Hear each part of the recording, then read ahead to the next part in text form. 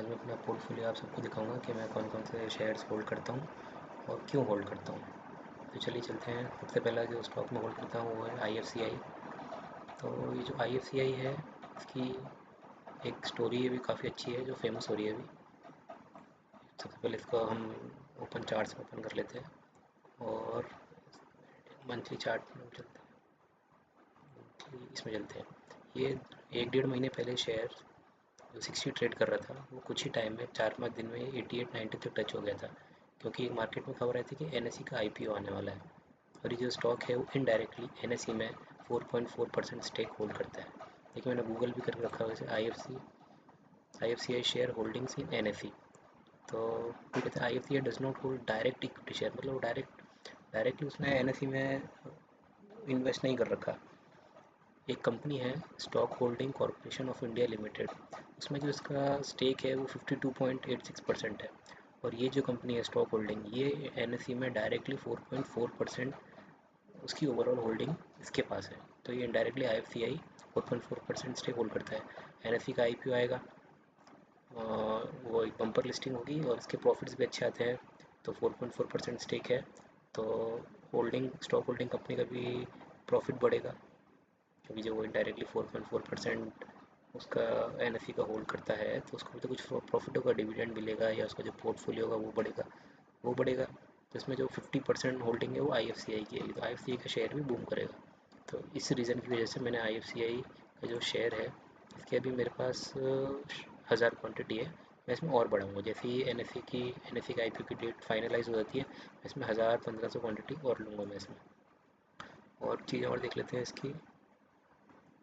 इसका जो P ratio काफ़ी ज़्यादा है और जो इंडस्ट्री पी है वो 19 ही है।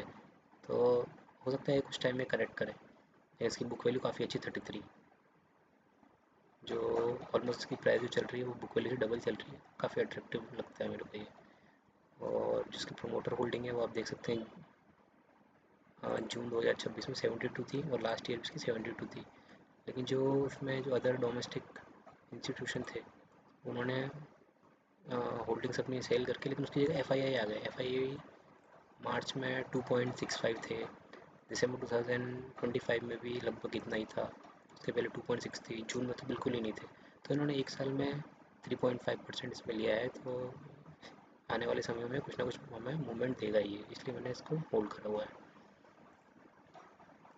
दूसरा जो स्टॉक है वो है ली ट्रेविस टेक्नो। ली ट्रेविस टेक्नो क्या है, ये एक्जिको ही है, IXIGO, जिसे आप टिकट बुक करते हैं, ट्रेन की हो गई, फ़्लाइट की हो गई, और शायद होटल वगैरह भी बुक करता है आजकल ये।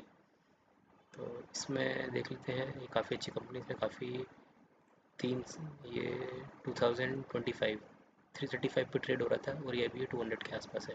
इसने जो लो बनाया है 150 बनाया है, ऑलमोस्ट 50% ये गिर गया। उसके बाद ये ऊपर जा रहा है, तो ये करेक्शन होने के बाद ये ऊपर जाएगा। और इसने FIA की जो उसमें होल्डिंग है वो भी इंक्रीज़ हुई है। प्रॉफिट देख लेते, प्रॉफिट भी 18 था, 23 था, उसका 32 आया है। तो आने वाले समय में बुकिंग्स वगैरह तो आप सभी करते हैं, तो ये स्टॉक तो बढ़ना ही है। सितंबर 2025 में FIA के पास 59% था, फिर दिसंबर 25 में 63 इन्होंने बढ़ाया, फिर मार्च में 64 1% और बढ़ाया, लेकिन अभी इन्होंने 3% कम कर दिया। लेकिन 61% काफ़ी होता है, मोर देन 50%। तो FIA इज़ द कंट्रोलिंग, जो भी इसमें हो रहा है वो सब FIA कंट्रोल कर रहे हैं। और FIA लॉस में तो बेचते नहीं है, आपको पता ही है। तो ये स्टॉक अच्छा मूवमेंट देगा डायरेक्ट। अगर आप 1-1.5 साल इसको होल्ड कर सकते हैं, आपको डबल प्रॉफिट देगा मिनिमम। इसलिए मैं इसको भी ऐसे ही अभी होल्ड कर रखा है मैंने। अब आगे देख लेते सम्मान कैपिटल। सम्मान कैपिटल के बाद मेरे पास 900 शेयर्स हैं और FII ने इस पिछले 3 महीने पहले इसमें 20% स्टेक बाई किया हुआ है। मैं आपको दिखाता हूँ। मार्च 2025 में सिर्फ 24% था FII के पास, लेकिन अब मार्च 2026 में 41 हो गया। और ये सब एक कोई कंपनी है इंटरनेशनल होल्डिंग, जो शायद सऊदी अरब की है, पता नहीं कहाँ की है, वो ये सब 41% इसका होल्ड करती है। तो जो उसकी इनकी डील हुई थी वो इस प्राइस पे डील हुई थी 135 के अराउंड, 139 रुपीज़ पे। जो कोई कंपनी है उसने इस सम्मान कैपिटल के स्टॉक्स बाय करे हैं। तो जो 139 पे ही उसने बाय करा, 140 ले ली थी, तो ये अभी 20 रुपये ही बढ़ा है।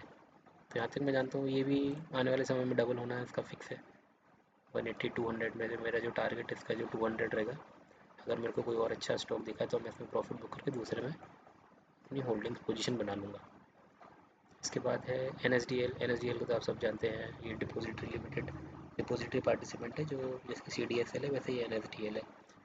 अभी इसके कुछ एक साल से कुछ अच्छा परफॉर्म नहीं कर रहा है, तो ये कंटिन्यू नीचे जा रहा है। ये 1300 रुपये से अभी ये 900 822 चल रहा है। और इसमें जो होल्डिंग्स है एफ आई इसकी, लेकिन प्रॉफिट इसका सही है, 89 90 सेम ही है, ज़्यादा फ़र्क नहीं आ रहा। डोमेस्टिक इंस्टीट्यूट इसमें अगस्त में 41% थे।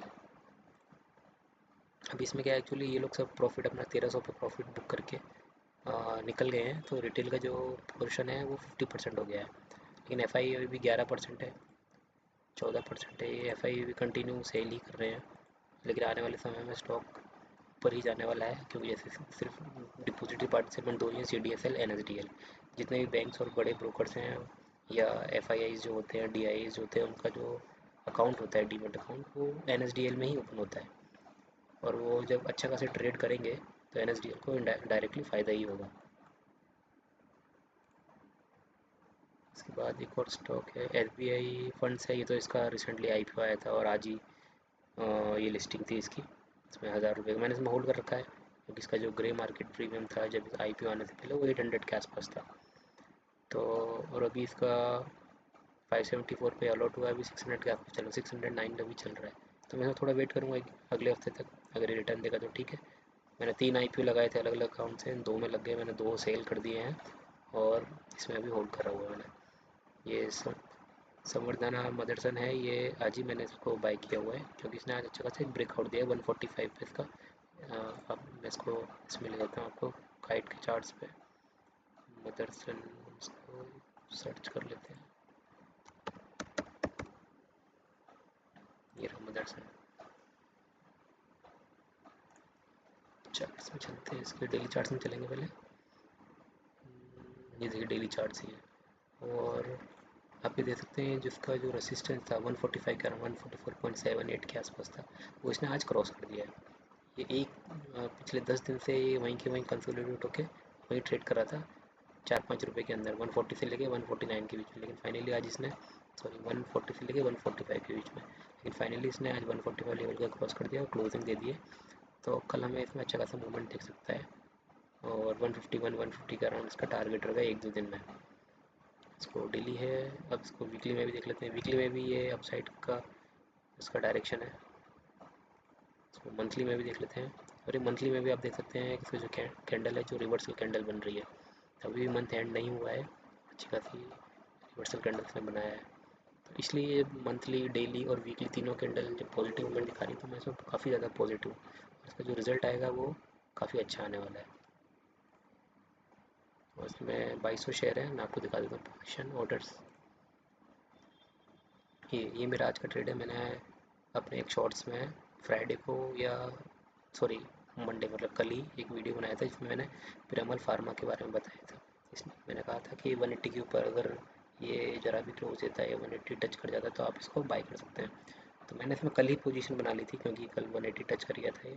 तो मैंने 180 टच करने के बाद ये 179 पे आया, तो 179 पे मैंने इसके 7000 शेयर्स MTF में बाई कर लिए थे। तो आज ये 173 भी गया था, लेकिन मैं इसको होल्ड रखा, क्योंकि मैं कॉन्फिडेंट था ये ऊपर जाएगा ही। तो लंच के बाद, मतलब सेकंड हाफ में, इसने 185 तक गया, लेकिन जो मैंने टारगेट प्राइस भी लगाई थी 184.9, लेकिन ये नहीं गया, 184.5 तक आया, फिर वापस से ये रिवर्स हो गया। तो मैंने इसको 184.05 पे इसको सेल कर दिया। और फिर सेल करने के बाद आपको पता है, जैसे सेल करते हैं वैसे स्टॉक ऊपर भागता है, तो वैसे इसने 2 रुपये को और मूवमेंट कर दिया। तो 184 पे मैंने सेल करा था, उससे 5-10 मिनट में इसको, 5-10 मिनट में इसने 185.7 का हाई बनाया है। तो ऑलमोस्ट इसमें मैं 14,000 रुपये कम कमाए, लेकिन कोई बात नहीं, प्रॉफिट तो आया ही मेरे को इसमें। फिर मैंने ये सब बेच के मदरसन का स्टॉक ले लिया, जो मैंने डिलीवरी पोजीशन ली हुई है, क्योंकि 2-3 दिन तक कम से कम इसको होल्ड करने वाला मिनिमम।